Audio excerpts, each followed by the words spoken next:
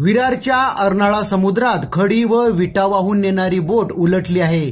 या बोटीत एकूण 12 जण होते, यातील 11 जण वाचले असून एकाचा मृत्यू झाला आहे। अर्नाळा किल्ल्यात घरांच्या दुरुस्तीसाठी खडी व विटा वाहून नेणारी बोट काल संध्याकाळी कलंडली। या बोटीत एकूण 12 जण होते, त्यातील 11 जण सुरक्षित असून 1 जण बेपत्ता होता। बोटीच्या पंख्यात नांगरलेल्या बोटीचा दोर अडकल्याने वेगात असताना ही बोट समुद्रात उलटली। यावेळी पाठीमागून येणाऱ्या एका बोटीमुळे 12 पैकी 11 जण सुखरूप वाचले। अर्नाळा पोलिसांना घटनेची माहिती मिळताच शोध मोहीम राबवण्यात आली।